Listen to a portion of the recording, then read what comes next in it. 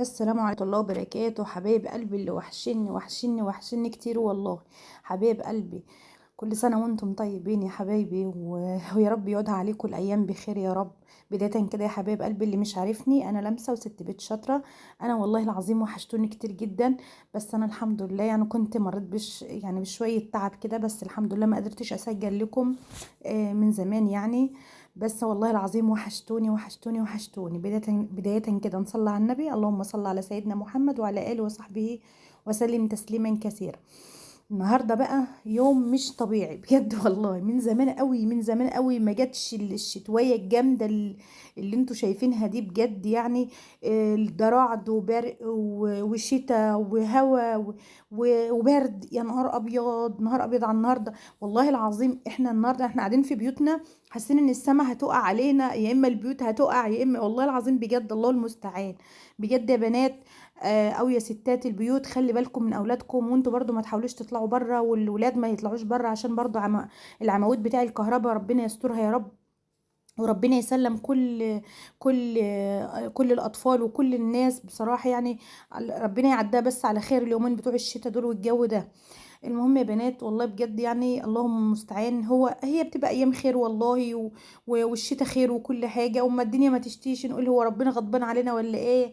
احنا عايزين الدنيا تشتي مش عارف ايه، وما الدنيا تشتي نقول يا نهار ابيض. انا اول واحده والله العظيم. انا بحب الشتاء، بس بصراحه الشتاء بدهولني جامد قوي.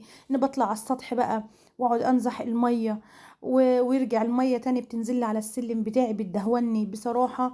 انا بتدهول خالص في الشتاء ده، خالص خالص بصراحة. لان انا ما عنديش بلعات على السطح بتاعي، وما عنديش حاجة ان هي تمنع المية ان هي تنزل لي من السلم. بس انا والله يعني بصراحة المنظر ما كانش طبيعي وكان مضايقني. حتى كانت والله اتضايقت كده وما رضيتش اصور، قلت يلا بقى. الله المستعان. النهارده امسح السلم مرتين اتنين وانزح السطح مرتين اتنين، انا مش عارفه والله. وكل ما اعمل اخلص الدنيا تشتي تاني. ايه ده؟ مش معقوله كده كله في يوم واحد. اللهم لك الحمد والشتاء خير، ونحمد ربنا واللهم صيبا نافعا يا رب العالمين. ما عشان ما اطولش عليكم يا حبايب قلبي، النهارده ده الفسيخ اللي انا كنت عاملاه معاكم يا بنات، فاكرينه لما عملت معاكم وحطيته في اكتر من كيسه وجبت الفسيخ ووريته لكم وغسلته كويس جدا وعملته معاكم. شايفين الجمال يا بنات؟ ما شاء الله عليه.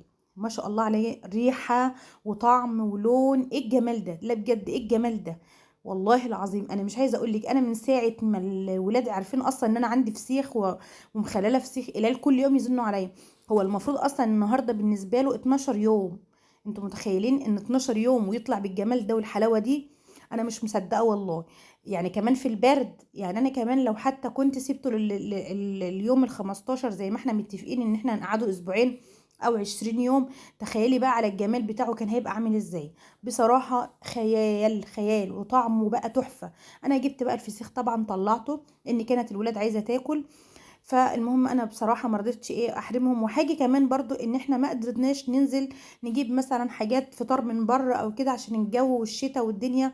فانا قلت لهم طب تعالوا ما نفتح الفسيخ كده ونشوفوا الدنيا فيها ايه وان شاء الله يبقى تمام. المهم يا بنات ايه قلنا؟ إيه ايوه اللي هتيجي تقول لي انت إيه بتفطري فسيخ؟ ما هو الفطار ده يا بنات امتى؟ كان الساعه 11 تقريبا، فكان يا دوبك. المهم طبعا احنا بنفطر الفسيخ وايه، والسلم بقى هيصه، إيه ميه، والسطح مش عارف ايه روبه والله عفوا يعني على اللفظ، والبلكونات مش عارف ايه. المهم كل يا لمسه وايه وسيبها لله، وزي ما تيجي تيجي. والله العظيم بجد انا كنت باكل اقول اه ياني انا عايزه اقوم اعمل السلم، اه ياني ده مش عارف اعمل لسه اعمل ايه ولسه اعمل ايه. المهم الله المستعان. قلنا اما ناكل الاول لقمه وبظروفها وزي ما تيجي تيجي. هو احنا يعني هنعمل إيه؟ هناخد اكتر من نصيبنا. اللهم لك الحمد. المهم يا بنات احنا هنا فطرنا، اللهم لك الحمد والشكر. بصراحة كانت أكلة جميلة جدا جدا.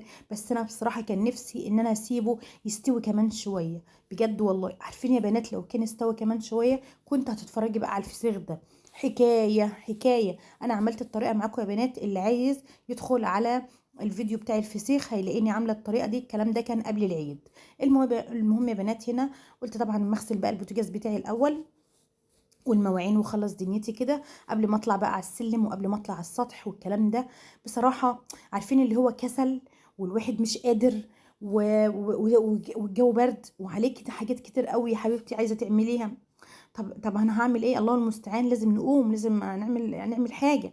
طبعا انا قمت وخلصت المطبخ بتاعي، وكان عندي دورين غسيل، قلت بقى ايه اما اغسلهم بالمره. وما اقولكوش بقى، تعالوا اما اقول لكم انا هنشر فين. تعالوا بقى اما اقول لكم انا هنشر الغسيل بتاعي فين، هتتصدموا في الاخر. المهم قلت اما اعمل بقى حاجه، لان بابا الولاد مش بيحب قولوا معايا بنات، قولوا معايا فكروني. الفسيخ، ما بيحبش الفسيخ ولا بيحب ريحته. فالمهم قلت ايه اما اعمل له صينيه بطاطس بالكفته كده، ايه حلوه كده وجميله كده، ايه من اللي انا عملتها معاكم قبل كده بصراحه بتبقى تحفه. وهو يعني انا اعتمدت الصينيه دي يا بنات، انا اعتمدت صينيه البطاطس دي بجد يعني، بصراحه تحفه تحفه تحفه، وكانت جميله جدا. وقلت اما اعمل شويه بقى رز بشعريه معاها كده. البطاطس دي يا بنات بتقطعي البطاطس رقات صغيره جدا جدا، وتجيبي نص كيلو لحم. انا عملت نص كيلو لحمه مفرومه، قلت برضو ربما الولاد يحبوا يتعشوا بحاجه بسندوتش، ما هو طبعا مش هيتعشوا فسيخ طبعا. المهم قلت ايه يمكن يحبوا ياكلوا حاجه. المهم جبت نص كيلو لحمه مفرومه، وعليهم بصلتين وقرنين فلفل طبعا في الكبه، وبشرت جزرايه برضو في الكبه، وبهارات ملح وفلفل اسمر وسبع بهارات وبابريكا. والمهم قلبت كل الدنيا دي مع بعضها مع اللحمه مع كله، وعجنتها كويس جدا. وقلت بقى اما اعملها دواير زي الايه، زي البطاطس كده يا بنات. وقطعت طماطم وحلقات بصل وحلقات فلفل. المهم يا بنات قعدت اعمل بقى ايه زي ما انتم شايفين كده، زي الشيش طاووق بالظبط. عملت رق بطاطس ورق طماطم ورق بصل ورق لحمه مفرومه. بصراحه الاكله دي جباره بجد ومتكامله ومشبعه جدا، فيها اللحمه وفيها البطاطس وفيها طماطم وفيها، انا كنت حطيت جزر وبصي ورز بشعريه. بصراحه اكله مش عايزه فصال خالص، وصدقيني جربيها مش هتندمي انك بتعمليها. وباقل الامكانيات بطاطستين اتنين بالظبط، نص كيلو لحمه مفرومه، هتعملي احلى صينيه بطاطس بالكفته زي ما انت عايزه. وجبت عملت بقى عصير طماطم وعملت صلصه ليها. الصوص بتاع الصلصه ده يا بنات عادي جدا زي صلصه المكرونه كده، بسيطه وسهله ومفيش اي فيها افتكاسات. وتحط عليها طبعا ملح برضو وفلفل اسمر. والمهم نزلت بيها بالصوص وقمت مدخلاها الفرن. ده كان شكلها النهائي بعد ما خلصتها. ونزلت عليها الطماطم زي ما انت شايفه كده، وحطيت عليها حلقه جزر وفلفل. وقلت بقى لما اعمل رز بشعريه، طبعا انا ما صورتش فيديو الرز بشعريه لان عملته معاكم كتير جدا. وده كان شكل الاكل النهائي زي ما انتم شايفين كده.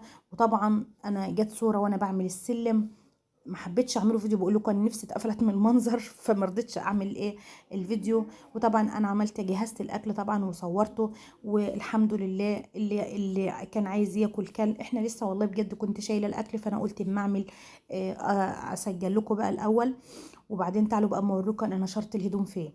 حد يقول لي حاجه؟ حد هيقول لي حاجه؟ حد هيقول لي انت ايه اللي انت عاملاه ده يا ست انتي؟ ايوه انا منشفه. وطبعا هنشر بره بره في البلكونات. طب ما الدنيا هتشتي، طب انا هعمل ارجع اعيط بقى تاني على الهدوم؟ هو ده الحل الوحيد. انا منشفه الهدوم كويس جدا ونطرتها على الانتريه وشغلت المروحه وكله تمام. اشوفكم على خير وهتوحشوني لحد الفيديو الجاي. مع الف سلامه يا حبايب قلبي.